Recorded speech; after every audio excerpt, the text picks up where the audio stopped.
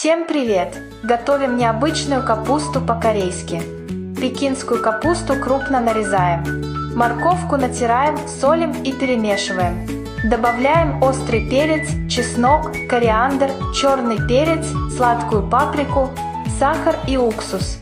Масло нагреваем, заливаем в салат и перемешиваем. Добавляем петрушку и убираем в холодильник. Достаем, еще раз перемешиваем и наслаждаемся безумно вкусной капустой по-корейски. Рецепт в описании. Приятного аппетита!